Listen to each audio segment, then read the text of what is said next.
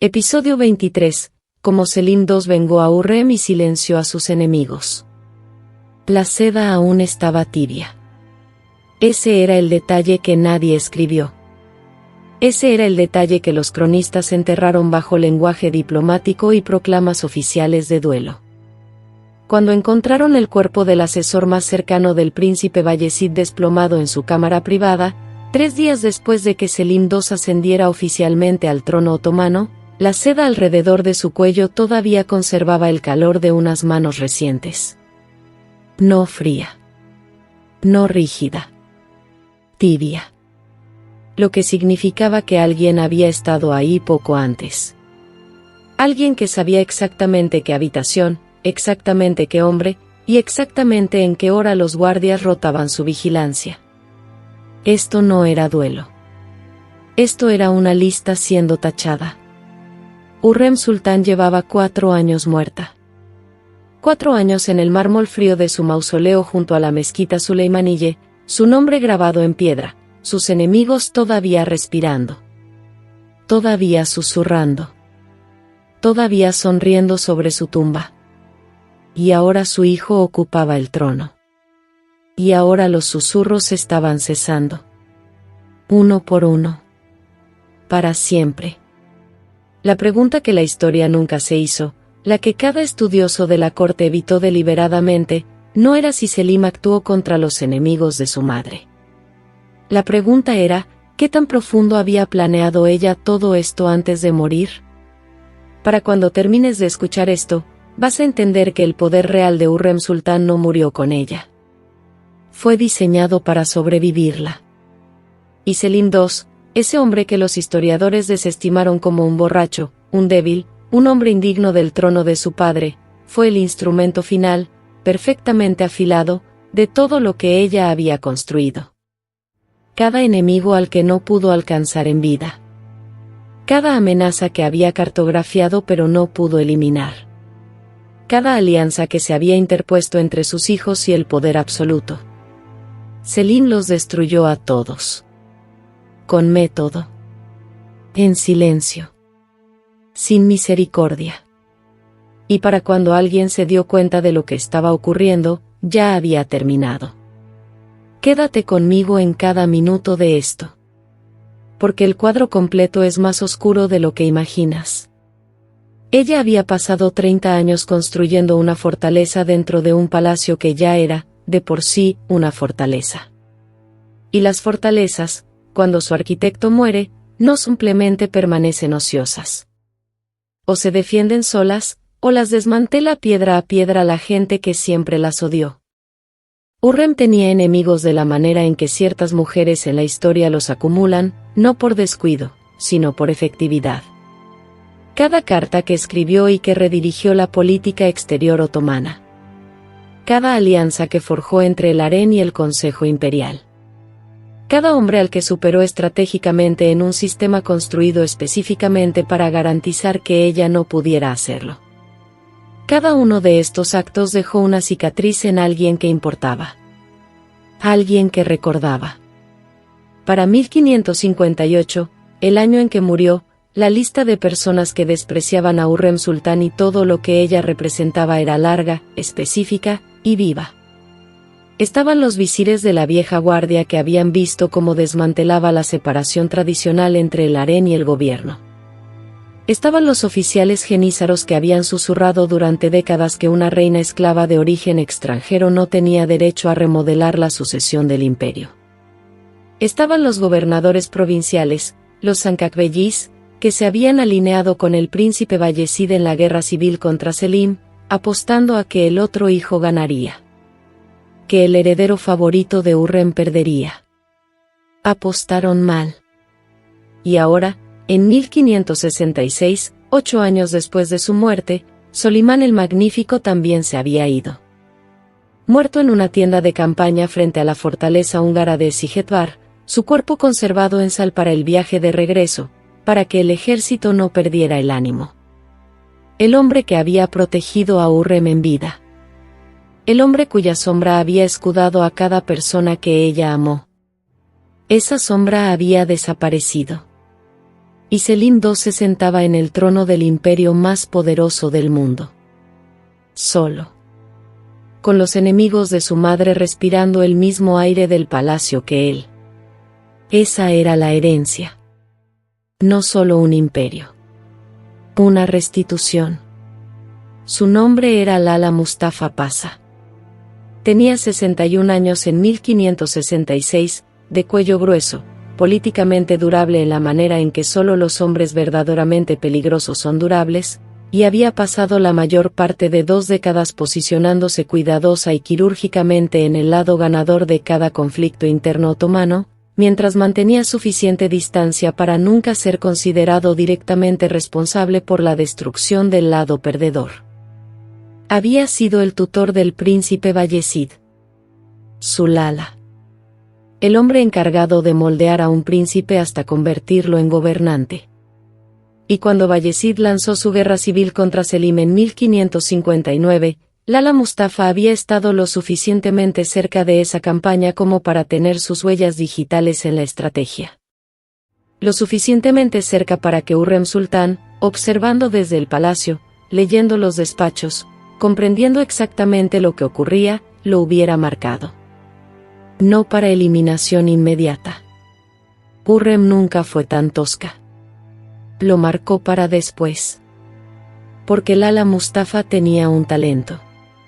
Un talento militar genuino que lo hacía demasiado útil para simplemente destruirlo. Era brillante en el campo de batalla, un hecho que el propio Solimán reconocía incluso cuando estaba furioso con él. Y Hurrem entendía, con la frialdad que definía su arte de gobernar, que no se destruye lo que todavía puede usarse. Lo reencaminaba. Pero Solimán murió antes de que esa redirección estuviera completa. Y Lala Mustafa, envejecido, orgulloso, políticamente conectado, su lealtad a la facción de Bayezid todavía susurrada en ciertas cámaras del consejo, había asistido al funeral de Hurrem. Había permanecido en el patio de la mezquita Suleimaniyye. Había inclinado la cabeza apropiadamente.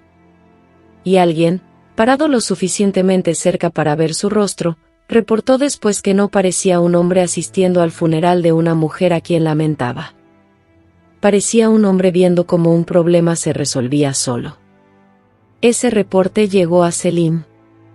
Ahora. Aquí. 1566, Selim II, recién entronizado, mueve sus piezas lentamente. No se apresura. Los historiadores confunden esto con pereza. No es pereza. Es un hombre que sabe cómo esperar porque su madre le enseñó el costo de moverse demasiado pronto. Reincorpora a Lala Mustafa. Le da un mando. Lo envía al este, hacia el Cáucaso, hacia campañas que son reales y peligrosas y lejos de Constantinopla. Lejos de la corte. Lejos de la influencia. Parece una recompensa. Es un exilio con espada. El Consejo Imperial, el Diván, se reunía 4 días a la semana en la sala de la torre que miraba al segundo patio del Palacio Topkap. El olor en esa habitación en invierno era específico y abrumador: braseros de carbón, lana húmeda de los abrigos mojados, la tinta cortante de los despachos que llegaban toda la noche desde cada rincón del imperio, y debajo de todo, apenas detectable a menos que supieras buscarlo, la débil dulzura del queríbar, las cuentas de ámbar para rezar que 3 de los visires más veteranos siempre giraban entre los dedos cuando pensaban. Estos hombres habían servido a Solimán. Habían construido sus bases de poder bajo Solimán. Habían comprendido, a nivel casi biológico, que Solimán era eterno, que el imperio que él representaba era fijo, permanente, un territorio que navegar durante el resto de sus carreras. No habían comprendido a Hurrem Sultán como un sistema político. La habían comprendido como una mujer, peligrosa, sí, influyente, ciertamente, pero en última instancia ligada a un hombre cuya vida terminaría algún día. Después de lo cual el viejo orden se reafirmaría. Estaban equivocados en algo que les costaría específicamente a ellos. El primer nombramiento de gran visir de Selim II fue Sokoyu Mehmed Pasha. Aquí es donde cada historiador se detiene y escribe algo diplomático. Algo sobre la brillantez de Sokoyu, su lealtad, sus décadas de servicio. Todo eso es cierto. Pero hay algo que no escriben con suficiente contundencia. Sokoyu Mehmed Pasha estaba casado con la hija de Selim, la sultana Ismián. Lo que lo convertía en familia. Lo que lo hacía estructuralmente inmune al tipo de presión que los visires de la vieja guardia habían usado históricamente para neutralizar a los grandes visires inconvenientes. Hurrem había querido este matrimonio. Lo había posicionado años antes de su muerte. Había entendido, porque siempre entendía lo institucional antes que lo personal, que el gran visirato necesitaba estar dentro de la familia para que su hijo estuviera seguro. Sokoyu era brillante. Y también era, por diseño, intocable. Lo que significaba que los hombres que habían esperado manejar a Selim de la manera en que a veces habían manejado a Solimán, a través del gran visir, a través del consejo, a través de la lenta erosión burocrática de la voluntad real, no tenían palanca. Las cuentas de Ammar giraban más rápido en esas reuniones del consejo. Y Selim los observaba girar. Había 3 hombres en esa sala del consejo que habían hecho algo específico. Algo que iba más allá de la oposición política. Algo que, si alguna vez salía a la superficie, no se resolvería con un exilio. Se resolvería con un cordón. Y uno de ellos estaba a punto de cometer el error de pensar que Selim no lo sabía. Había estado enferma durante 2 años antes de morir. No la enfermedad suave y apacible de la poesía de la corte otomana. Una enfermedad real, del tipo que roba el peso de tu rostro y lo reemplaza con ángulos, que convierte a una mujer conocida por sus ojos en una mujer que era solo ojos. Había sabido lo que se aproximaba. Lo había sentido llegar con la certeza lenta de una estación cambiando. Y Hurrem Sultán, que había pasado 30 años sobreviviendo en un entorno específicamente diseñado para destruirla, no pasó esos 2 años despidiéndose. Los pasó trabajando. El documento que los historiadores de la corte se negarían más tarde a describir directamente, el que se menciona oblicuamente como una correspondencia privada y ciertos papeles personales, no era una carta única. Era un sistema. Un mapeo de relaciones, vulnerabilidades, lealtades y deudas que constituía el retrato de inteligencia más completo del Palacio Otomano jamás ensamblado por un solo individuo que, oficialmente, no ocupaba ningún cargo político.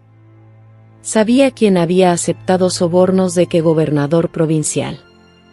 Sabía que comandante Genízaro había prometido apoyo a la campaña de Bayezid a cambio de concesiones de tierras que nunca se materializaron. Sabía que funcionario del palacio había interceptado sus cartas 2 veces, y había sustituido versiones alteradas antes de que llegaran a Solimán. Sabía esto porque ella misma lo había permitido, anotando la discrepancia, rastreando la interferencia hasta su fuente con la paciencia de alguien que entiende que la evidencia recopilada en silencio vale infinitamente más que la sospecha expresada públicamente. Se lo dio a Selim. No todo de una vez. No como una dramática revelación en el lecho de muerte, esa era la historia que los poetas contarían después, porque los poetas necesitan que el drama esté concentrado. La realidad fue más lenta y más meticulosa. Durante meses. En fragmentos. Enseñándole no solo los nombres sino la arquitectura. Cómo cada amenaza se conectaba con las demás. Qué relaciones eran estructurales. Cuáles podían eliminarse sin desestabilizar a las otras. Cuáles tenían que manejarse en una secuencia específica para evitar que cualquier eliminación individual alertara al resto. No le estaba dando un arma. Le estaba dando una estrategia.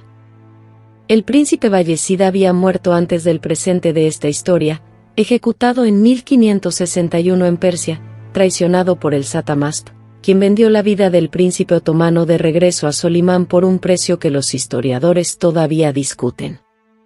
Pero la muerte de Bayezid no puso fin a las consecuencias de su historia. Las multiplicó. porque Bayezid no había huido a Persia solo. Había huido con seguidores. Con hombres que creían en él. Con hombres cuyas carreras, cuyos futuros, cuyas identidades estaban ligadas a su supervivencia y a su eventual triunfo. Cuando Bayezid fue ejecutado, estrangulado por un enviado otomano enviado por su propio padre, en una tienda de campaña en suelo persa, sus 4 jóvenes hijos asesinados junto a él para que no quedara ningún heredero rival, esos seguidores se dispersaron. Algunos desaparecieron en puestos provinciales. Algunos pivotaron sus lealtades con velocidad nauseabunda. Algunos simplemente esperaron. Ayas Pasa el joven, 34 años en 1561, un funcionario administrativo menor que había pasado 3 años en el campamento oriental de Bayezid manejando líneas de suministro, era uno de los que esperaron. Esperó, y sobrevivió, y ascendió lentamente de regreso a los niveles intermedios de la administración imperial. Se convirtió en el tipo de hombre al que nadie mira directamente. Útil. Confiable. Lo suficientemente olvidable como para que se le concediera acceso. Acceso a la correspondencia. Acceso a los registros financieros. Acceso a la infraestructura del palacio que, en manos equivocadas, podía convertirse en una herramienta para financiar silenciosamente el próximo desafío a lo que ocupara el trono. Tenía esposa. Una hija. Una casa cerca del hipódromo con un jardín que cultivaba rosas de 3 colores. Les decía a las personas que había aprendido la lección. Que los años de Bayezid habían sido un error de juventud. Que era leal al sultán, profunda, completa, genuinamente leal. No lo era. Y Hürrem Sultán lo había sabido en 1557. Lo había escrito. Había incluido la evidencia específica, no la acusación, la evidencia, en lo que le dejó a Selim. Selim lo leyó en 1567. Ayas Pasa el joven fue removido de su cargo en la primavera de ese año. Sin juicio. Sin acusación pública. Sin escena dramática. Simplemente dejó de aparecer en los registros del Consejo. Su nombre desapareció de las nóminas imperiales. Su casa cerca del hipódromo fue transferida a una fundación benéfica administrada por el palacio. A su esposa nunca se le dijo públicamente por qué. Presentó peticiones 3 veces solicitando una explicación. Nunca llegó ninguna respuesta. Ayas Pasa el joven era una figura menor. Una nota al pie. Pero lo que Selim estaba construyendo no era una nota al pie. Era el borrado de toda una generación política. Y el siguiente nombre en el inventario no era un funcionario menor. Era un hombre que había permanecido junto al propio Solimán. Un hombre que había creído, genuinamente creído, que su proximidad al viejo sultán lo hacía permanente. Había creído equivocadamente por última vez. Pertep Mehmed Pasa tenía 63 años y llevaba 2 décadas construyendo su legado. No metafóricamente. Literalmente. Había encargado un complejo de mezquitas en Estambul y había pasado años asegurando que sus contribuciones a las campañas militares otomanas fueran apropiadamente documentadas, apropiadamente celebradas, apropiadamente permanentes. Era un hombre que entendía que en el mundo otomano, la única manera de sobrevivir era incrustarse arquitectónicamente en la identidad del imperio. Si tu nombre estaba grabado en mezquitas, si tus fundaciones alimentaban a los pobres, si tu figura aparecía, apropiadamente, tastfelli, en la iconografía de las victorias imperiales, entonces eliminarte se convertía en un acto de vandalismo contra el propio imperio. Era una estrategia brillante. Tenía una sola falla. Pertep Mehmed Pasa había sido, durante la crisis de sucesión, lo que diplomáticamente podría describirse como estratégicamente neutral, y lo que honestamente habría que describir como activamente obstructivo a las campañas de Selim contra su hermano. No había apoyado directamente a Bayezid. Era demasiado cuidadoso para eso. pero había usado su influencia sobre el enrutamiento de suministros, sobre la inteligencia militar que llegaba al Consejo Imperial, para frenar el impulso de Selim en momentos críticos. Había escrito evaluaciones que ponían en duda a los comandantes de Selim. Había aparecido en exactamente los momentos correctos en exactamente las reuniones correctas del Consejo para sugerir, suavemente, que quizás la situación requería más deliberación. Lo había hecho sin dejar huellas. Lo había hecho brillantemente. Lo había hecho ante el hijo de una mujer que aún estaba viva y observando. Hurrem Sultán, confinada al palacio, oficialmente irrelevante para la estrategia militar, había recibido los informes de todas formas. Había leído las evaluaciones. Había rastreado el momento de cada intervención contra las campañas de Selim hasta su fuente con la atención metódica de alguien que sabe que la paciencia es el único arma que le queda. Lo había escrito todo. Y aquí está el momento hacia el que todo este relato ha estado construyendo. El momento que lo reencuadra todo. Que cambia el significado de cada cosa que has escuchado hasta ahora. En 1568, 2 años después de que Selim comenzara su reinado, Pertep Mehmed Pasha fue removido de su cargo como segundo visir. La razón oficial dada fue la salud. Era viejo. Deseaba retirarse a sus fundaciones, a su complejo de mezquitas, al legado arquitectónico que había pasado décadas construyendo. Nadie lo creyó. Pero nadie lo dijo. Lo que sucedió después no fue descubierto por los historiadores otomanos. Fue descubierto por un investigador austriaco en los archivos del Estado de Viena en 1923, trabajando con los despachos del embajador de los Habsburgo en Constantinopla, un hombre llamado Antal Beranzix, que había enviado un informe codificado a Viena en octubre de 1568 que fue archivado mal bajo un hilo diplomático completamente diferente y permaneció sin leer durante 3 siglos y medio. El informe describía, en el lenguaje circunspecto y cuidadoso de un diplomático que entendía que poner ciertas cosas directamente sobre el papel era peligroso, una conversación que había presenciado entre 2 funcionarios otomanos de alto rango en un jardín fuera de los muros del palacio. Uno de ellos había hecho referencia, en voz baja, a un documento que describió como el inventario de deudas de la Aseki. La Aseki. El título formal de Hurrem Sultán. El documento existía. Los Habsburgos sabían que existía.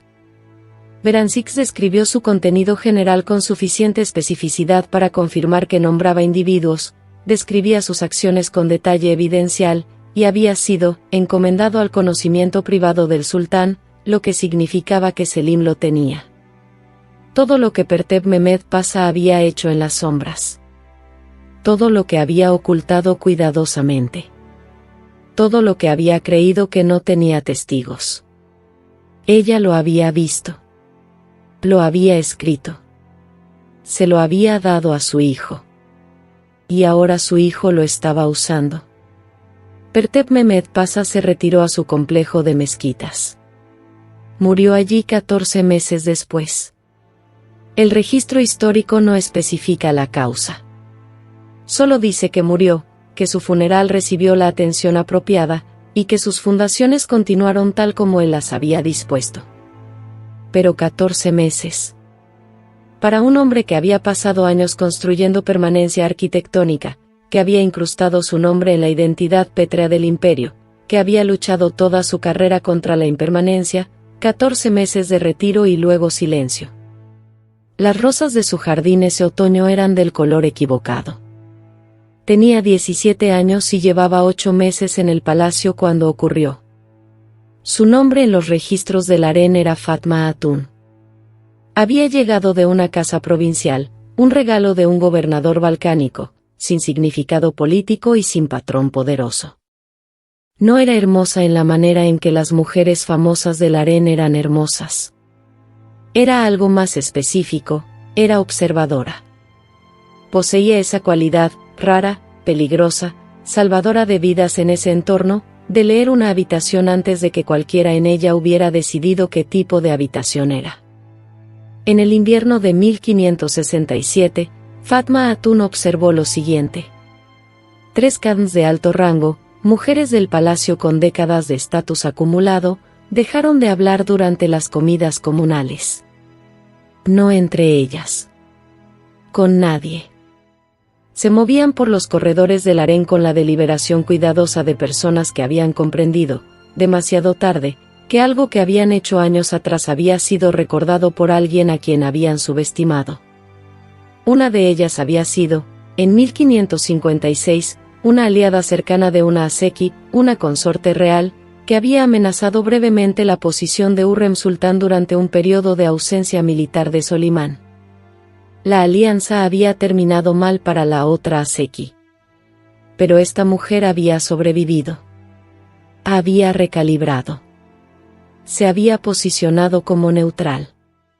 No era neutral. Hurrem había sabido que no era neutral.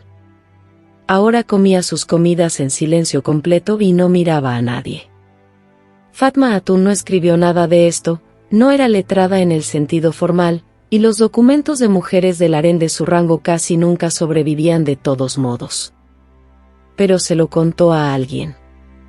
Como siempre hacían las mujeres del palacio.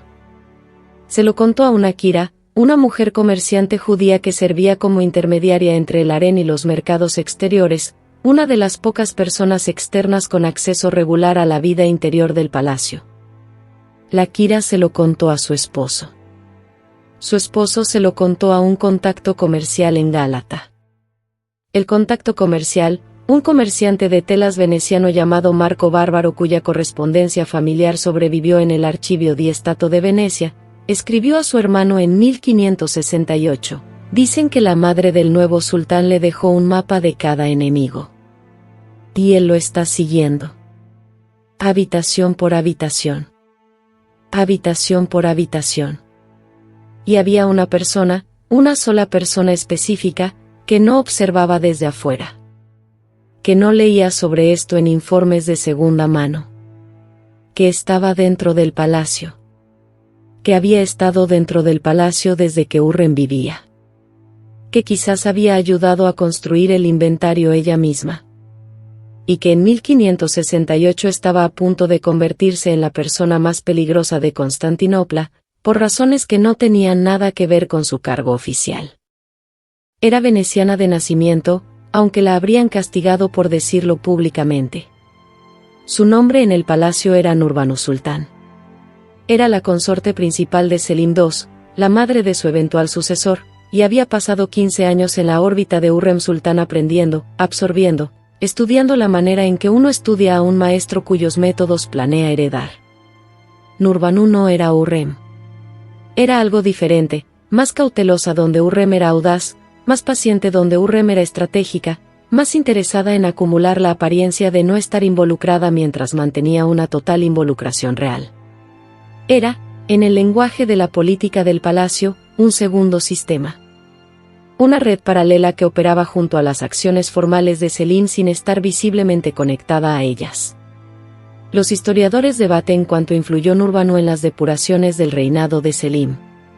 El debate se pierde lo esencial. La pregunta no es la influencia.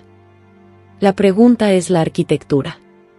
Hurrem había construido los cimientos. Nurbanu mantenía los muros. Y las mujeres que se habían alineado contra Hurrem en los años anteriores a su muerte, mujeres que habían sobrevivido siendo pequeñas y cuidadosas e invisibles estratégicamente, estaban descubriendo ahora que la invisibilidad solo funciona cuando nadie ya ha escrito tu nombre. Había una mujer en el harén conocida en los registros únicamente como la Hatun circasiana, un descriptor en lugar de un nombre, lo cual ya te dice algo sobre cuán completamente había sido borrada de la historia oficial.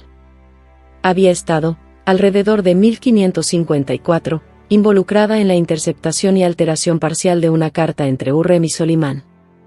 No la falsificadora, no tenía el acceso ni la habilidad para eso, sino una facilitadora. Una persona que había abierto una puerta, metafóricamente, para que alguien más entrara. El alguien más ya se había ido. La que sostuvo la puerta quedó. En 1569, La Atún circasiana fue transferida a una casa provincial, una asignación tasra que se usaba para mujeres del palacio cuya presencia en la capital ya no era deseable. La razón oficial fue petición personal. Había pedido irse. No había pedido irse. Fue borrada tan silenciosamente que su remoción no aparece en las crónicas otomanas primarias en absoluto.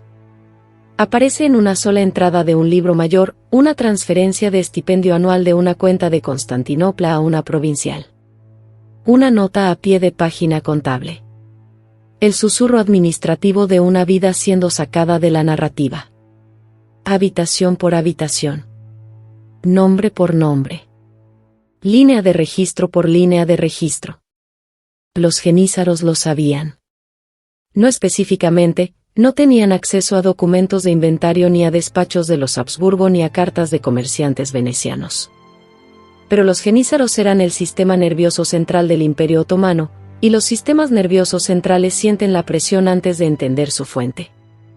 En 1568, Selim II hizo una serie de nombramientos genízaros que parecían, en la superficie, de rutina. Rotación regular de comandantes de unidades. Reasignación de AAs veteranos a diferentes puestos. El metabolismo administrativo ordinario de un gran ejército permanente. No era de rutina. Cada nombramiento movió. Cada reasignación transfirió. Cada rotación desplazó a un individuo específico de una posición que requería proximidad a Estambul, proximidad a la corte, a la tesorería, a las puertas del palacio, y lo reemplazó con hombres cuyas cadenas de lealtad corrían a través de Sokoyu Mehmed Pasha, a través del Gran Visirato, y en última instancia de regreso al trono. Los hombres siendo movidos no eran acusados de nada. No eran arrestados. No eran públicamente asociados con la facción de Bayezid. Simplemente eran movidos. Recibían mandos que eran reales y serios y lejanos. Eran enviados a Hungría, a Yemen, a la frontera persa. Enviados a lugares donde su competencia era genuinamente útil y su proximidad a Constantinopla era genuinamente imposible. Mehmed Aga, 51 años, un comandante de unidad que había servido en 4 campañas y era, por todas las cuentas, un profesional militar legítimo, fue enviado a la campaña de Yemen en 1568. Murió allí en 1570, en el brutal calor costero de Adén, de una fiebre que mataba soldados a una tasa que las crónicas describen con silencioso horror. Era bueno en su trabajo. También había sido, en 1558, parte del contingente genízaro que retrasó su apoyo a las fuerzas de Selim durante las horas críticas del inicial enfrentamiento en Konya con el ejército de Bayezid. Un retraso de 3 horas. Una dificultad organizacional. Un error, oficialmente. Hurrem Sultán, leyendo los informes de batalla en Constantinopla, había anotado el retraso. Había anotado el nombre del oficial al mando. Lo había escrito en el inventario bajo una categoría que se traducía aproximadamente como traición disfrazada de incompetencia. Mehmed Aga murió en Yemen sin saber que había sido enviado allí por la escritura de una mujer muerta. No fue destruido de inmediato. Esto es importante. Este es el detalle que separa el método de Selim de la simple venganza. La simple venganza es rápida y emocional y satisfactoria y legible. Lo que Selim practicó era algo más frío. Algo que su madre le había enseñado específicamente a preferir sobre la alternativa legible. Lala Mustafa Pasha fue enviado al este, como se describió. Recibió mandos reales. Libró batallas reales. En Chipre, en 1570 y 1571, comandó las fuerzas otomanas que tomaron la isla de Venecia, una de las campañas militares más significativas del siglo XVI, una conquista que resonaría en la historia mediterránea durante generaciones. ¿Es eso justicia? ¿Es tiranía? Hay diferencia, cuando las personas que son blancos son culpables y el proceso que se usa es la maquinaria legítima del Estado y la persona que lo dirige ha estado muerta 4 años. Habitación por habitación, escribió el comerciante veneciano. Habitación por habitación. Hasta que cada habitación fue despejada. hasta que el palacio diseñado para silenciarla guardó solo el eco de todo lo que ella había dicho. Esa pregunta, justicia o tiranía, poder o paranoia, protección o persecución, no tiene una respuesta limpia. Nunca la tuvo. Vive en el espacio entre lo que Hurrem Sultán experimentó y lo que eligió hacer al respecto. Entre la violencia que le fue infligida en su propia vida y la violencia que ella arquitectó para quienes amenazaron la vida de sus hijos. Entre el sistema que la creó y el sistema que ella rediseñó desde adentro. La historia no resuelve esa pregunta. La historia simplemente añade más nombres al inventario. Si tienes la lista real, con evidencia, con nombres, con la documentación precisa de cada persona que intentó destruir a tus hijos, y el poder para actuar sobre ella, ¿lo harías? ¿Y lo llamarías justicia? ¿O lo llamarías por su nombre real, y entenderías, finalmente, lo que Hurrem Sultán comprendió desde el principio? Que los dos han sido siempre, en todo imperio, en todo siglo, en todo palacio construido sobre poder y silencio y la paciencia de los borrados. Exactamente la misma cosa. Si llegaste hasta aquí, si te quedaste 35 minutos con la historia de 500 años de una mujer muerta y una lista que quizás nadie puede confirmar que existió, entonces ya sabes por qué esta historia importa. El Palacio Otomano produjo más inteligencia política femenina documentada que casi cualquier corte europea contemporánea del mismo periodo. No porque se les diera poder a las mujeres otomanas. No se les dio. Sino porque las restricciones específicas del sistema que navegaban forzaron el desarrollo de un tipo de sofisticación política que las estructuras de poder formales no requieren ni producen. Hurrem Sultán no fue la última. Nurbanu Sultán construyó sobre lo que ella dejó. Safiye Sultán después de ella. Kosem Sultán después de esa. Cada una operando a la sombra de la anterior. Cada una leyendo el inventario y añadiéndole y pasándolo hacia adelante. La historia continúa. El universo continúa. La próxima lista ya se está escribiendo. Suscríbete. La campana de notificación no es opcional si quieres permanecer dentro de este mundo.